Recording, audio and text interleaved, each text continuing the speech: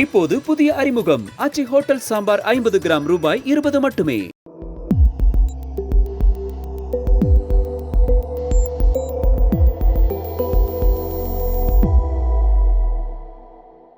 தமிழ் தடம் நேயர்களுக்கு வணக்கம். ஊடகவியலாளர் திரு கேப்ரியலோடு நம்ம பேச போறோம். வாங்க பேசலாம். வணக்கம். வணக்கம். வங்கதேசம் நம்மளுடைய அண்டை நாடு. நிறைய கலவரத்துக்கு பிறகு இப்பொழுது எலெக்ஷன் நடந்திருக்கு. நேற்று எலெக்ஷன், இன்னைக்கு ரிசல்ட் வந்துகிட்டு இருக்கு. கிட்டத்தட்ட பிஎன்பி தாரிக் ரஹ்மான் அவர்கள் ஆட்சியை பிடிப்பாரு அப்படின்னு தெரியுது. பிரதமர் மோடி அவர்களும் அவருக்கு வாழ்த்துலாம் சொல்லிட்டாரு. அவங்களும் அதுக்கு நன்றிலாம் சொல்லிட்டாங்க. ஸோ இனிமே வங்கதேசத்துல அமைதி நிலவுமா? எப்படி பாக்குறீங்க இந்த ரிசல்ட்டை?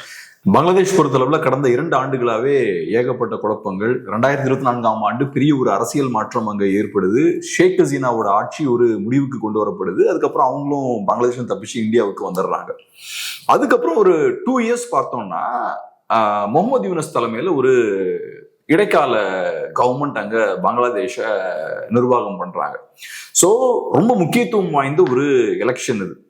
பல மாதங்களா எல்லாரும் வெயிட் பண்ண ஒரு எலெக்ஷன்ஸ். ஸோ பங்களாதேஷை பொறுத்தளவுல ஒரு சர்வாதிகார நாடா மாறிடக்கூடாது, ஜனநாயகம் அங்க திரும்ப வென்று வரணும் அப்படின்ற எதிர்பார்ப்பெல்லாம் எல்லாருக்கும் வருது. ஸோ அந்த வகையில இந்த எலெக்ஷன்ஸ் நல்லா நடக்குமா, பிரச்சனைகள் வருமா, பங்களாதேஷ்ல ஒரு ப்ராப்பர் எலெக்ஷன்ஸ் இருக்குமா அப்படின்ற எதிர்பார்ப்பு இருந்தது. நேத்து எலெக்ஷன்ஸ் நடந்திருக்கு.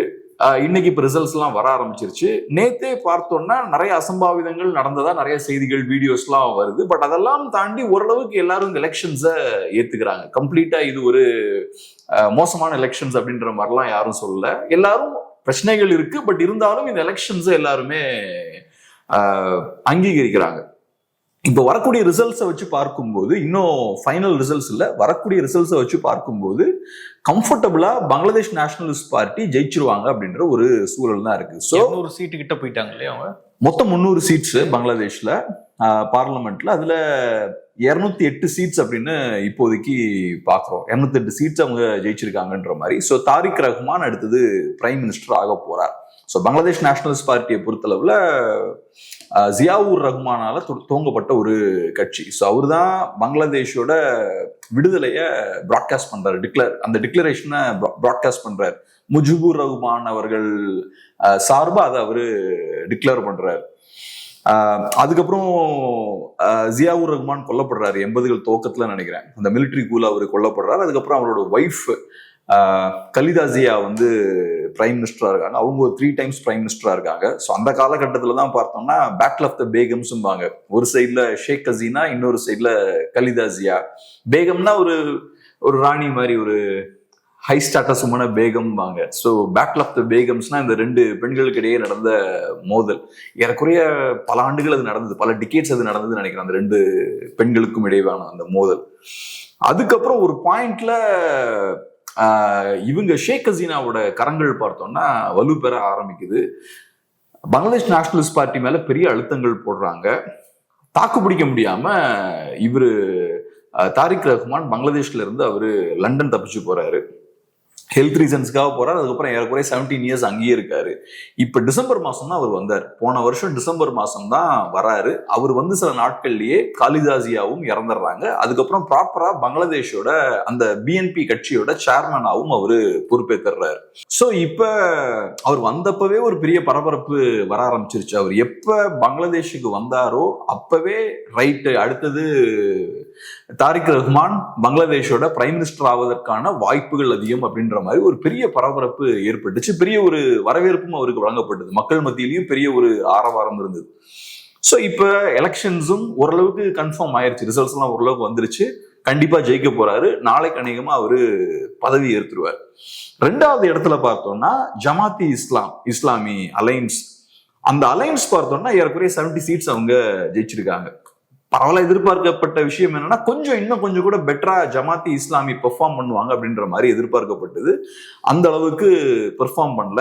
அது நல்லதும் கூட. ஏன்னா ஜமாத்தி இஸ்லாமியை பொறுத்தளவுல ஒரு பிற்போக்குத்தனமான ஒரு கட்சி. அவங்களோட பெண்கள் சார்ந்த பார்வையா இருக்கலாம், இதெல்லாம் ரொம்ப பிற்போக்கான பார்வைகள் கொண்ட ஒரு கட்சி. 2வது இன்னொரு முக்கியமான விஷயம் என்னன்னா, பங்களாதேஷுக்கு விடுதலை கிடைக்கும் போது, அந்த விடுதலைக்கான அந்த மோதல் போயிட்டு இருக்கும் போது அவங்க பாகிஸ்தானை சப்போர்ட் பண்ணாங்க.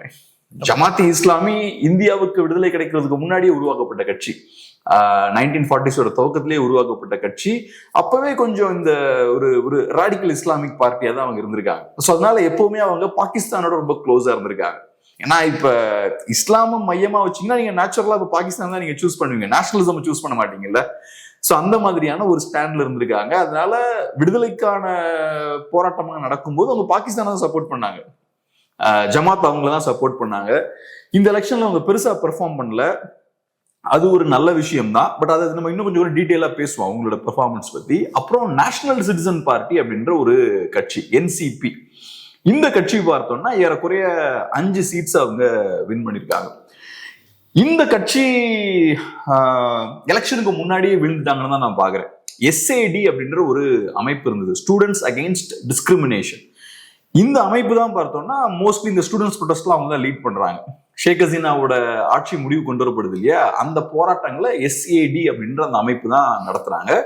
அதுக்கப்புறம் அந்த அமைப்புல இருக்கக்கூடிய ஸ்டூடெண்ட் லீடர்ஸ்லாம் சேர்ந்து NCP, நேஷனல் சிட்டிசன்ஸ் பார்ட்டி அப்படின்ற ஒரு கட்சியை அவங்க உருவாக்குறாங்க. இந்த கட்சியை உருவாக்கும் போது பெரிய கனவுகளோட பயங்கரமான மாற்றங்கள் கொண்டு வர போறோம், கான்ஸ்டிடியூஷனை மாத்த போறோம், பங்களாதேஷ ஒரு பெரிய ஒரு டெமோக்ராட்டிக் நாடா மாத்த போறோம், அது இதெல்லாம் பேசிட்டு கடைசியில் ஜமாத்தி இஸ்லாமியோட போய் கூட்டணி வச்சாங்க இவங்க. சோ ஜமாத்தி இஸ்லாமியோட கூட்டணி வைக்கும் போது பெரிய குழப்பங்கள் NCPக்குள்ள வந்தது. நிறைய தலைவர்கள் வெளியேறிட்டாங்க. ஏன்னா நான் ஏற்கனவே சொன்ன மாதிரி ஜமாத்தி இஸ்லாமி ஒரு ஃபார்வர்ட் லுக்கிங் ப்ரோக்ரஸிவான ஒரு பார்ட்டி கிடையாது. நிறைய விஷயங்கள்ல அவங்க ரொம்ப பிற்போக்குத்தனமான கொள்கைகளை கொண்டவங்க. ஸோ அந்த வகையில இந்த கட்சி எப்ப அவங்களோட அலைன்ஸ் வச்சாங்களோ அப்பவே அவங்களுக்கு முதல் தோல்வி ஸ்டார்ட் ஆயிருச்சு. ஏன்னா பெரிய விஷயங்கள்லாம் பேசிக்கிட்டு அடுத்து இங்க போய் கூட்டணி வச்சா அந்த ஸ்டூடெண்ட்ஸ் மூவ்மெண்ட்டே ஒரு மாதிரி சண்டை போட்டதே பிரயோஜனம் இல்லை அப்படின்ற மாதிரி ஆயிருச்சு. இப்போ ஒரு 5 சீட் அவங்க ஜெயிச்சிருக்காங்க. அப்புறம் சுயேட்சைகள் ஒரு 12 பேர் பார்த்தோம்னா ஜெயிச்சிருக்காங்க. ஸோ இப்போதைக்கு இருக்கக்கூடிய நம்பர்ஸை வச்சு பார்க்கும்போது ரொம்ப கம்ஃபர்டபுளா தாரிக் ரஹ்மான் ஜெயிச்சிருக்காரு, அவர் பார்ட்டி ஜெயிச்சிருக்கு. அடுத்து அவரு பிரைம் மினிஸ்டர் ஆக போறாரு. இந்தியா தரப்புல இருந்தும் அவருக்கு வாழ்த்தெல்லாம் தெரிவிச்சிருக்காங்க.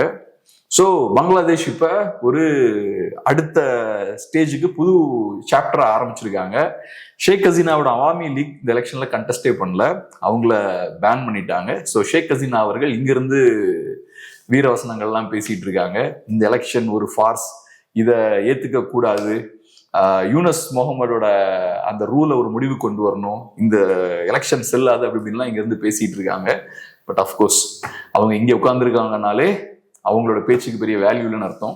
பங்களாதேஷ் அரசியல் வேற, இவங்களுக்கு பெரிய இம்பாக்ட் அங்கே ஏற்படுத்த முடியாது. ஸோ ஒரு புது சாப்டரை ஸ்டார்ட் பண்ணிருக்காங்க பங்களாதேஷ் இப்போ. ஓகே, இனிமே ஒரு அமைதியான ஒரு சூழல் நிலவுமா? இங்கிருந்து ஷேக் ஹசீனா அங்க போவாங்களா, எப்படி பாக்குறீங்க? அது எப்படி போவாங்க? ஓகே, அரசியல் அங்க மாறிடுச்சு, ஸ்டாட்டஸ்கோ மாறிடுச்சு. இப்ப ஆப்கானிஸ்தான்ல அமெரிக்க படைகள்லாம் ஆப்கானிஸ்தான்ல இருக்கும்போது ஃபர்ஸ்ட் யார் அங்க பிரசிடென்டா இருந்தார்? இவர் ஹமீத் கர்சாய் அப்படின்னு ஒருத்தர் பிரசிடென்டா இருந்தார். அதுக்கப்புறம் பார்த்தோம்னா அஷ்ரப் கானி இன்னொருத்தர் பிரசிடென்டா இருந்தார். அப்ப சூழல் எப்படி இருந்ததுன்னா அமெரிக்கர்கள் இவங்க வந்து ஜனநாயகவாதிகள். ஹமீத் கர்சாய் இருக்கும்போது ஹமீத் கர்சாய் ஒரு ஜனநாயகவாதி. அப்புறம் செகண்ட் பிரசிடென்ட் வந்து அமெரிக்கன்ஸ் இருக்கும்போது செகண்ட் பிரசிடென்ட் வந்து அஷ்ரப் கானி, அவரு ஒரு ஜனநாயகவாதிகள் மாதிரி ப்ரொஜெக்ட் பண்ணாங்க. அப்ப வில்லன்கள் யாருன்னா தாலிபான்னா தீவிரவாதிகள், ரொம்ப மோசம் அப்படி இப்படின்னு இருந்தாங்க. அதுக்கப்புறம் அமெரிக்கன்ஸ் வெளியே போனதுக்கு அப்புறம் ஸ்டாட்டஸ்கோ மாறுது. அமெரிக்கன்ஸோட சப்போர்ட் இல்லாம இவரு அஷ்ரப் கானியால கவர்மெண்ட் ரன் பண்ண முடியாது. ஸோ அவரோட கவர்மெண்ட் கொலாப்ஸ் ஆயிருது. தாலிபான்ஸ் அதிகாரத்துக்கு வந்துடுறாங்க. தாலிபான்ஸ் இருந்த இடத்துல ஐசிஸ் வந்துடுறாங்க. ஸோ தாலிபான்ஸ் எல்லாரும் நார்மலைஸ் பண்ணிட்டாங்க, எல்லாரும் ஏத்துக்கிறாங்க.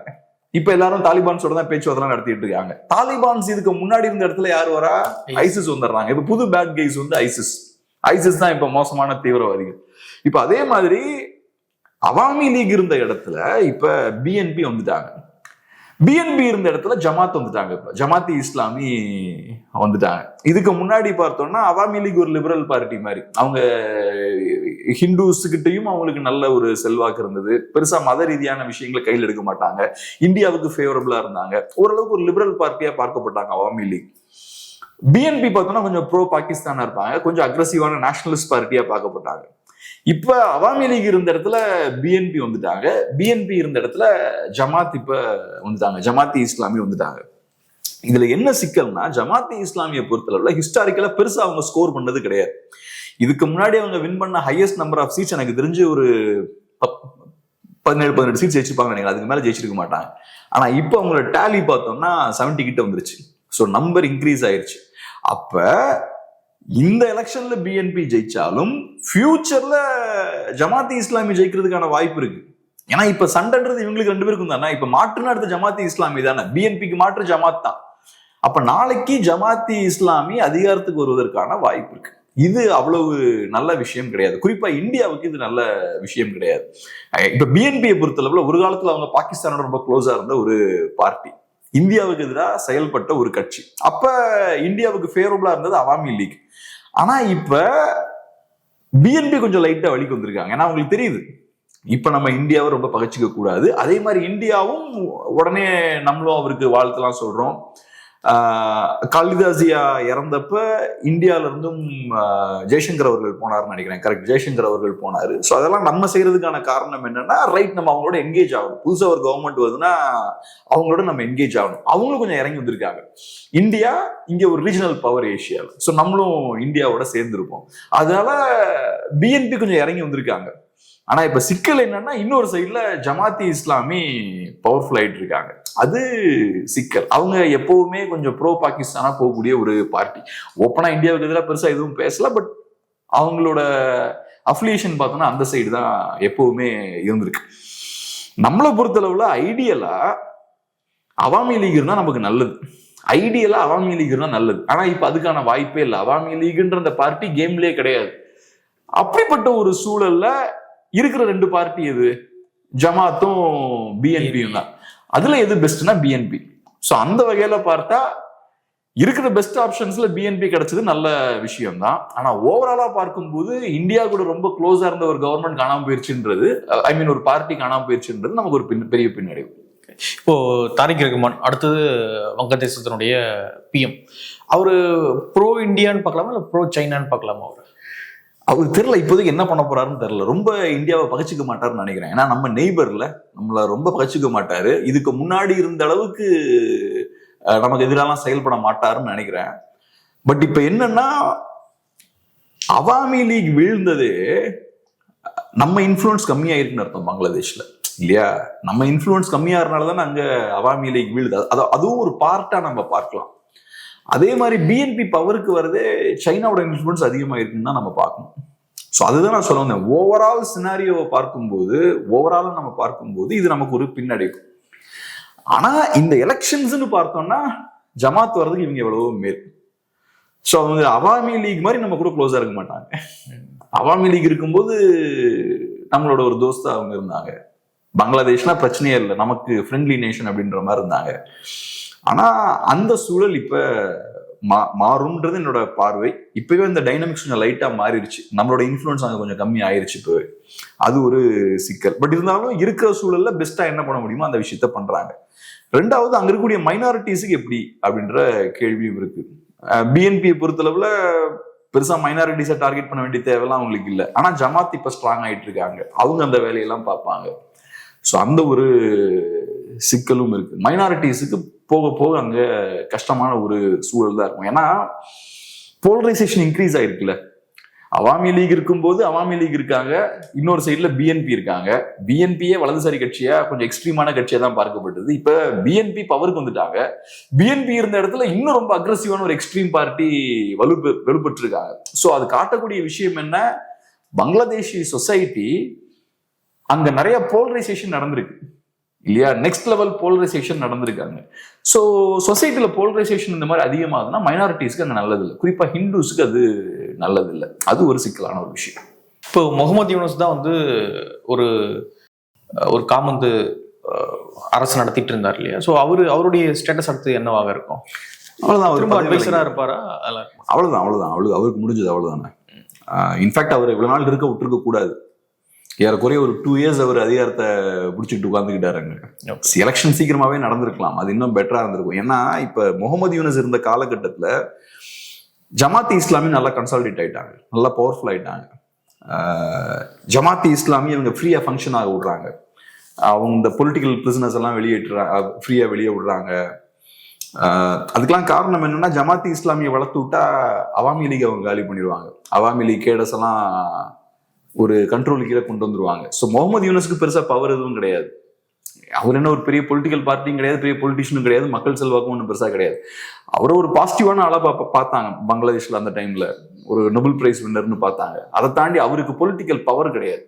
ஸோ அவரோட இடத்த தக்க வச்சுக்கணும்னா ஜமாத்தை வளர்த்து விட வேண்டிய தேவை அவருக்கு இருந்தது. ஜமாத் அவாமி லீகை காலி பண்ணிட்டாங்க. அவாமி லீக் அவங்க எதிரியா பார்த்தாங்க. Awami league pro Indian, pro liberal, pro western அப்படின்னு பார்த்து அவங்கள காலி பண்ணிட்டாங்க.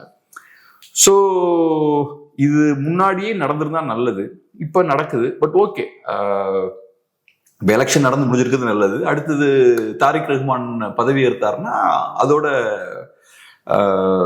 முகமது யூனஸோட அந்த டைம் வந்து முடிஞ்சிடும். ஸோ அதனால அங்க எந்த பிரச்சனையும் இருக்காது. இப்ப முக்கியமான சேலஞ்ச் தாரிக் ரஹ்மானுக்கு என்னவா இருக்கும்னா, எக்கானமியை ரீபில்ட் பண்ணணும்.